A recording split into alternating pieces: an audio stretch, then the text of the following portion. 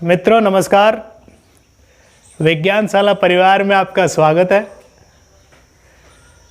और हमने last video में जो क्रिया के बारे में पढ़ा था, अब जो विकारी शब्द में जो दूसरा जो टॉपिक है वो है विशेषण। विशेषण ये भी बड़ा अच्छा है जो टॉपिक है, इसको भी पढ़ने में आनंद आएगा। और साथ में अब तक जो आपने पढ़ा है उससे कुछ ज़्यादा ही आपको सीखने को यहाँ पर मिलेगा। मैं आपको पहले इसकी जो बेस है, धरातल है, उसके बारे में बताता हूँ। विशेषण कहते किसे हैं? विशेषण कहते किसे हैं कि वे शब्द जो किसी संज्ञा सर्वनाम की विशेषता बताते हैं। वे शब्द जो किसी संज्ञा या सर्वनाम की विशेषता बताते हैं उन्हें विशेषण कहते हैं। उन्हें क्या कहते हैं बेटा? विशेषण कहते हैं। जो किनकी विशेषता बताते हैं? संज्ञा या सर्वनाम की विशेषता बताते हैं, उन्हें विशेषण कहते हैं। ये तो आपकी है जो परिभाषा हो गई विशेषण की, परंतु इस विशेषण से संबंधित कई पारिभाषिक शब्दावलियों का प्रयोग किया जाता है। पारिभाषिक शब्दों का प्रयोग किया जाता है और वे शब्द मैं आपको यहाँ पर लिख रहा हूँ। एक तो आपके होता है विशेष्य, एक तो होता है विशेष्य, एक होता है विशेषक और एक होता है प्रविशेषण।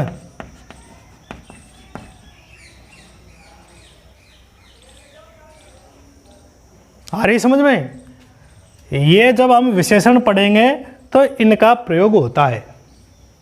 अब देखिए, हमने यहाँ पर पढ़ा कि संज्ञा सर्वनाम की विशेषता बताने वाले शब्द क्या कहलाते हैं बेटा? विशेषण कहलाते हैं। अब विशेष किसे कहते हैं समझने की बात है। विशेषण के द्वारा जिनकी विशेषता बताई जा रही है। देखिए, विशेषण के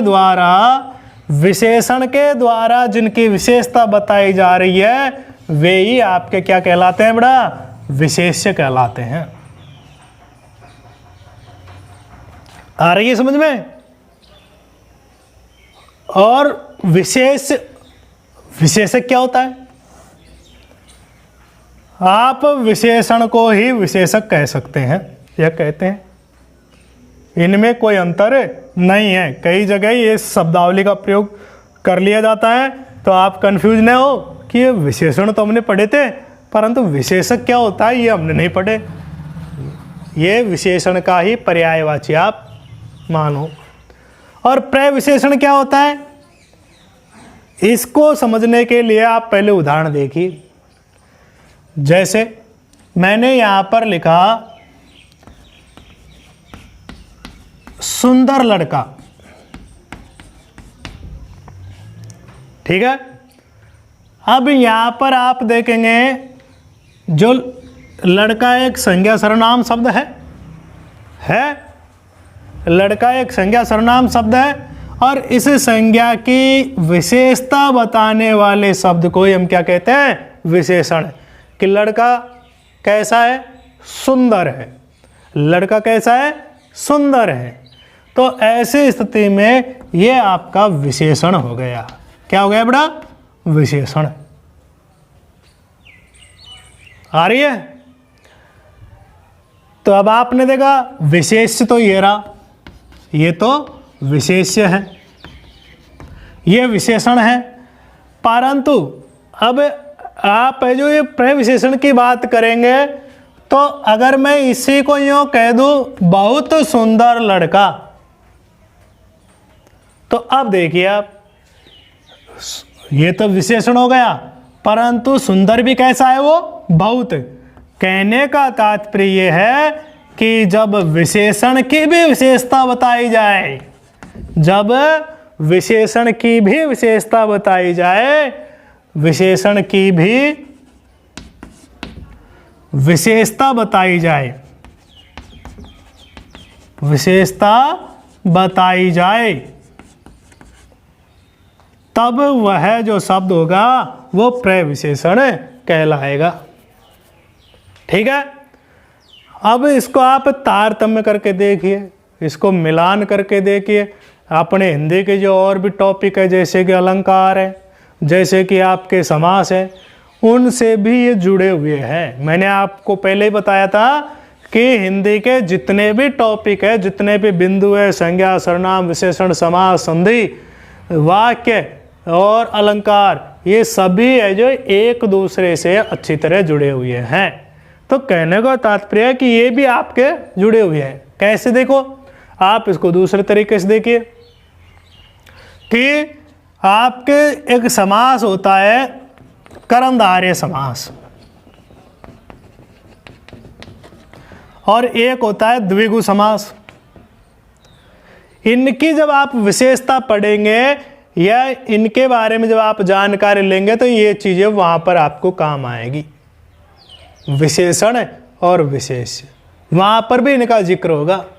और जहाँ पर विशेषण और विशेष्य साथ हो तो वहाँ पर जो समास होता है वो आपके कर्मधारय समास होता है। और यदि संख्या के रूप में वहाँ पर विशेषता बताई जा रही हो तो वो द्विगु समास होता है। आ रही है समझ में? तो यहाँ पर विशेषता बताई जा रही है। ये तो आपके जो विशेषण हो गया, विशेषण की पृष्ठभूमि होगी आपकी इसकी।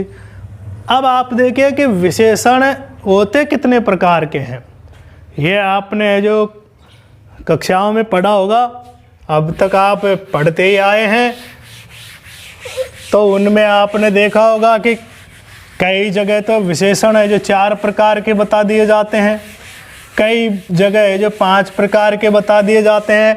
परंतु उस संशय को आज ख़त्म कर देते हैं कि ये विशेषण वास्तव में ही 4 प्रकार के होते हैं कि 5 प्रकार के होते हैं। तो आप विशेषण के भेद देखिए, विशेषण के भेद, इनमें जो पहला भेद है, भेद प्रकार कि ये कितने प्रकार के होते हैं, जो यदि इसके पहले भेद के बारे में आप जानकारी लें तो जो पहला भेद है वो है गुणवाचक विशेषण। कौन सा है बेटा? गुणवाचक विशेषण। दूसरा जो इसका भेद है वो है आपका संख्यावाचक विशेषण, संख्यावाचक। तीसरा जो इसका भेद है वो है परिमाणवाचक, परिमाणवाचक विशेषण।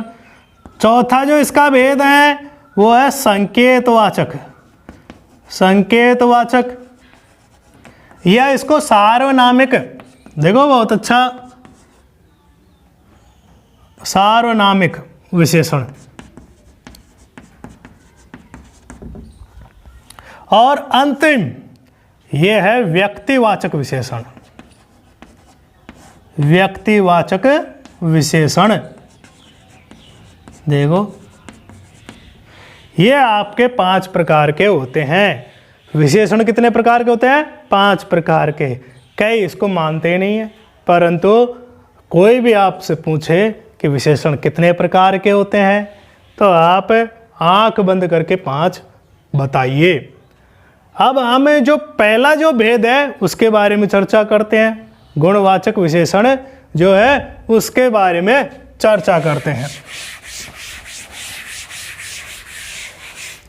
अब देखिए बड़ा अच्छा ये है, और इससे आपको जो ध्यान से पढ़ेंगे तो मैं कह रहा हूँ कि विशेषण से संबंधित आपको कोई परेशानी नहीं रहेगी। आपको मैं बता रहा हूँ, मैं ये जो पढ़ा रहा हूँ ये है जो कक्षा level 9th 10th 11th 12th तक के लिए नहीं है, ये प्रतियोगिता परीक्षा के लिए है, क्योंकि मैं चाहता हूँ कि बच्चों को जो ज़्यादा से ज़्यादा फायदा हो। तो आप यहाँ पर देखिए कि गुणवाचक विशेषण। अब ये जो वाचक जो शब्द है इसका अर्थ होता है बताने वाला। इसका अर्थ क्या होता है बेटा? बताने वाला। और गुण का अर्थ होता है गुण। जो गुण के रूप में विशेषता बताते हैं वो गुणवाचक विशेषण होते हैं। आगे ही समझ में कि वे शब्द या वे विशेषण जो किसी संज्ञा सर्वनाम की गुण के रूप में विशेषता बताते हैं उन्हें हम गुणवाचक विशेषण कहते हैं। अब देखो गुण में क्या क्या आते हैं, ये भी एक कंफ्यूज करने वाली चीज़ है। अब गुण के रूप में आप देखेंगे तो गुण तो आते ही आते हैं, दोष भी इसके अंतर्गत आते हैं। इसके अंतर्गत रंग, रूप, दशा, अवस्था, ये कई चीजें हैं जो इसके अंतर्गत आती हैं। यानी कि जब गुणों के रूप में, अब गुण कैसे, भाई वो ईमानदार है, दूसरा दोष बेईमान है, रंग, रूप, दशा, अवस्था, आकार, आकार में भी आ सकता है ये। तो ये जो आपके आएंगे, ये इनसे संबंधित जो आपको विशेषता बताई जाएगी वो आपके गुणवाचक विशेषण में होंगी। जैसे कि मैं बताऊं, गुण से यहां पर लिख दूं मैं ईमानदार लड़का। दोष में देखो बेईमान लड़की, बेईमान लड़की।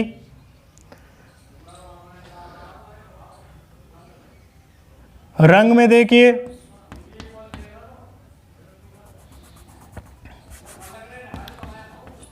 काली लड़की,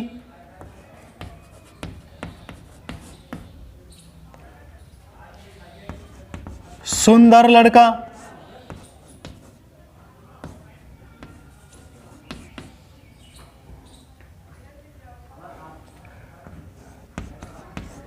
गरीब लड़की,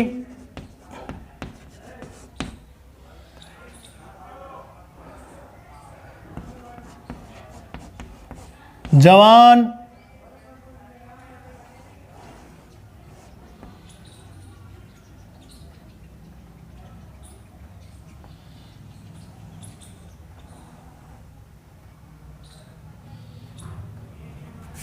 इसको ऐसे लिखिए युवा लड़का। और आगे आप देखिए आकार में मोटी पुस्तक,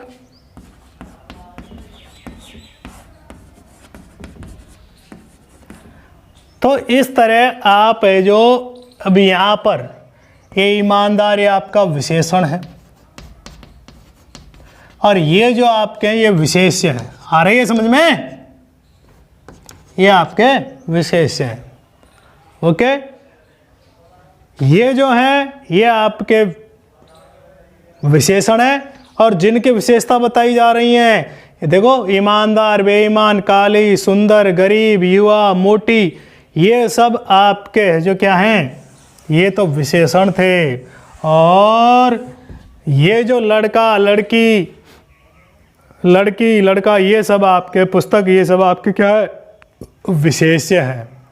परंतु आपने रटने की कोशिश की है कि इनको रट लो भाई, ईमानदार, बेईमान, काली, सुंदर, गरीब, युवा, मोटी, ये विशेषण है, ये रंग रूप से संबंधित है, इनको रट लो, इनसे आगे कोई आएगा नहीं। परंतु ऐसा नहीं है। इतने सारे शब्दों को रटने में हमको कहीं ना कहीं परेशानी आ सकती हैं, इसलिए मैं कहता हूं कि आप इसको समझिए। अगर आपने किसी चीज़ को देखो, जब तक आप रटते हैं तब तक आप क्वेश्चन नहीं कर सकते हैं, पर जब आप समझते हैं तो फिर आपको समझने आने के बाद में आप क्वेश्चन कर सकते हैं, क्योंकि आपको वो जो अध्याय है, वो जो बिंदु है, उसके ऊपर आपको कहीं ना कहीं उसको वो आपको समझ में आने लग गई है।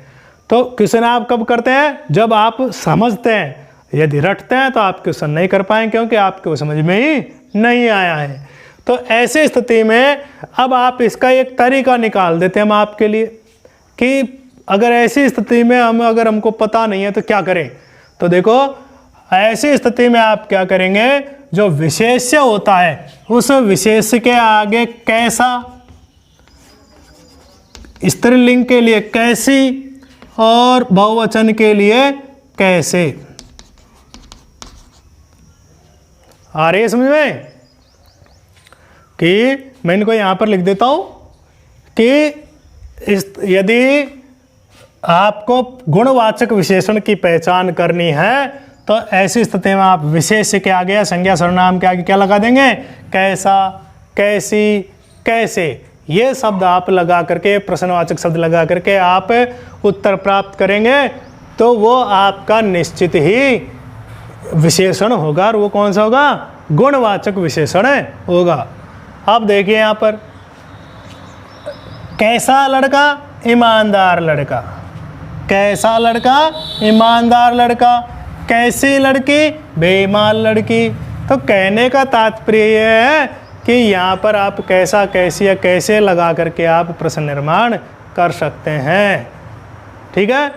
अब दूसरा देखिए, इसका जो दूसरा जो भेद है उसको हम है जो अगले वीडियो में पढ़ेंगे। तब तक के लिए धन्यवाद।